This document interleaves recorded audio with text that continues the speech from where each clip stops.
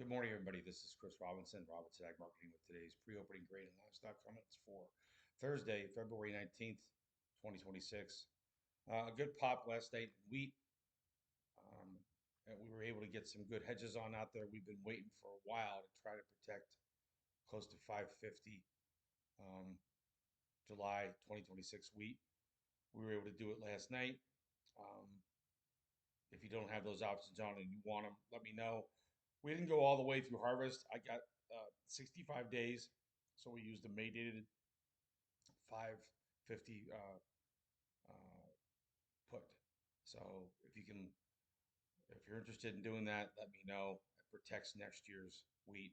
And yeah, we're at 565 overnight wheat. We're up 6 cents overnight, 5 3/4 cent. That's the highest price we've had since November 19th. So a 3 month high. And again, why are we doing it? Well, last time I checked, 570 was a lot better than 525. And so we try to buy our puts when they are on sale. Puts go on sale when we rally. Nobody wants puts when we're making new highs, right? So since it's a hedge, we have been working those orders. We got them filled for people. Something to look at there if you're growing wheat next year and want a decent floor.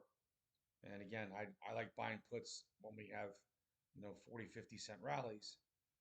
I don't like waiting to buy puts when we're on our lows. It's that's not hedging, that's chasing. All right, in the March corn, remember, March options are all going off today, so we could get a little bit of action.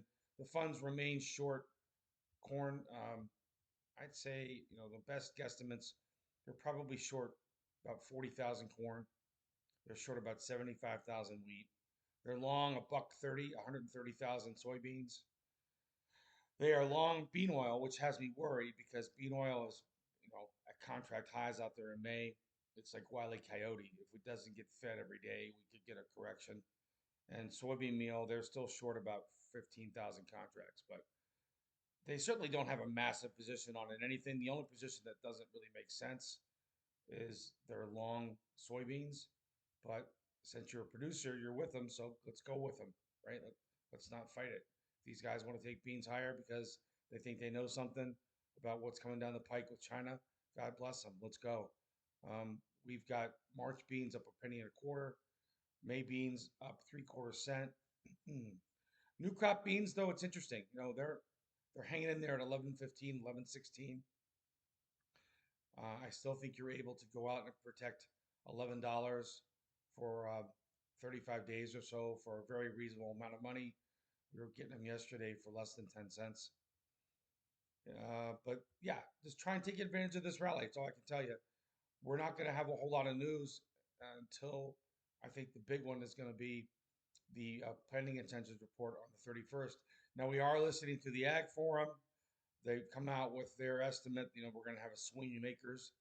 I entitled my yesterday's letter, acre shift. So, are we going to have a shift in acre? It sure looks like it. And what's the problem there? The problem there is soybeans, if everybody plants, you know, extra soybeans, and we have a good soybean crop, do you really think that we're going to stay at 11.15? That's the question. You don't want to plant yourself or yield yourself from 11.15 beans to 10.15 beans without a hedge, all right? And in the protein complex, we're watching today. We'll see if we can go fill those gaps. Kind of a lackluster day yesterday. April fat cattle, and it's interesting. Cash traded to its all-time highs, I think, last week, and a lot of steers traded there. We do have the cattle on feed, which is this Friday. I like going into a cattle on feed when we're at the highest prices that we've had since October 23rd. I like that. I like the fact that we're at 242 when we have been down at 205. It's giving you something to protect. If April can take out 244 half, that opens up the door to that one last run to the October gap, which is up there at 247.35. In the feeders, March feeders, same thing. I like the fact that we're going to a cattle on feed when we're at 370 when we had traded down to 293.30 in November. So can we go fill that gap? Yeah, the gap gets filled at 375. We're at 370.5 as of yesterday's settlement there. So the funds are long. The story has not changed. Demand continues to hold up there. Cash is high.